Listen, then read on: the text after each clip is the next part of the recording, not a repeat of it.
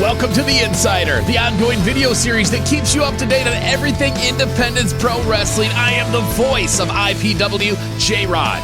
Since its inception, Warfare has featured multi-man elimination tag team matches. A member of one of our teams in the main event, Josh Raymond, came to the ring once again to try to get Terry Van Avery to apologize. Terry would meet Raymond in the ring to tell him, "Fuck you." And Terry was immediately blindsided by LaDon Sanders and team captain Jamal King. Nate Cobain came to the rescue, but was overwhelmed quickly.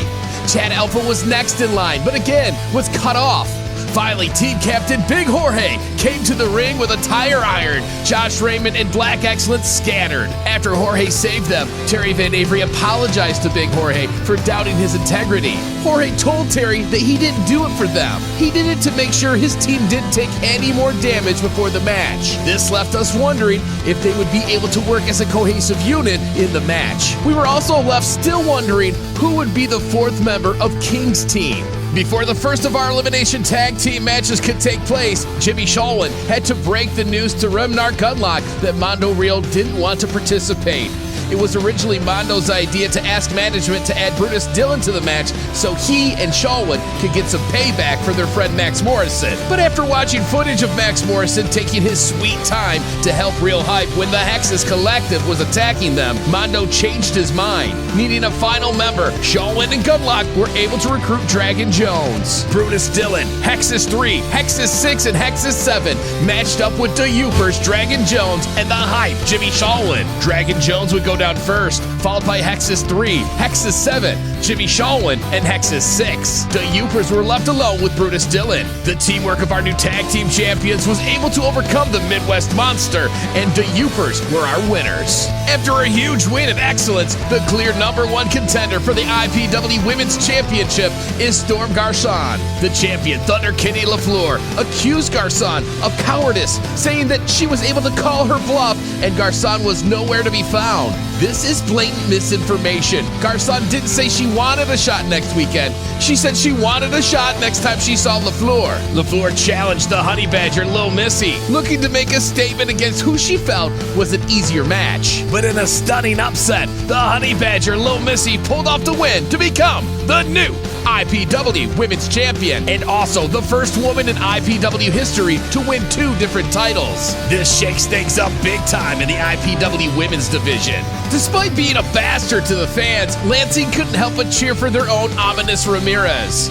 His opponent would be Dragon Jones, who felt he had more to give after being quickly eliminated by Brutus Dillon earlier. Regardless of tweaking his knee early on, Dragon Jones picked up the dub. Good news, the MRI came back good and Jones has not faced any sort of medical suspension, so we will see him again soon. Good news for the fans, but I guess terrible news for my broadcast partner Derek Wolf, who spent the entire time shitting on Dragon Jones. Who knows what the fuck that was all about, but it was completely unprofessional of Wolf, and quite frankly, he owes Jones an apology, or at the very least, an explanation. Brutus Dillon claimed he carried the Hexes Collective and blamed them for their loss earlier. Brutus Dillon believes he can beat anyone in IPW who thinks otherwise. Jarvis Gray would take that bet. Brutus Dillon made an emphatic statement, destroying Jarvis Gray and beating on him even more after the match. Darren Fly was given a second chance in IPW and took on Invictus. The strength and power advantage for Invictus was apparent from the start, but so was the speed and quickness of Fly, which would be the ultimate difference maker after a gorgeous shooting star press. The main event was finally underway. Josh Raymond, Cyber Champion LaDon Sanders, and IPW Champion Jamal King came out first. Their fourth man still a mystery.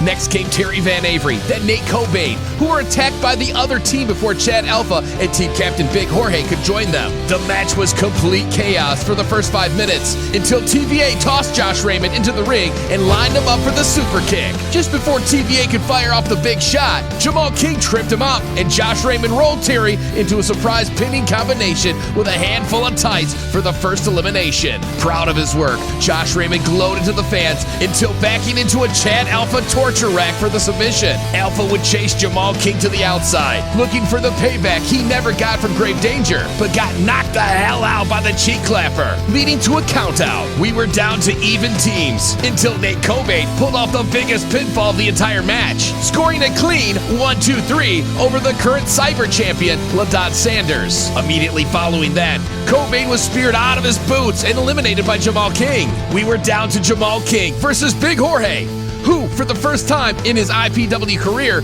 was feeding off the energy of the IPW faithful. After a back and forth that left both men down in the middle of the ring, music hit the speakers, and the fourth man finally made his appearance. 300-plus pound Chris Moore came to the ring, tagged himself in, and decimated Big Jorge to the end of the match. Following their victory, Jamal King announced that Chris Moore is the newest member of the powerhouse team, Black Excellence. That concludes this edition of The Insider.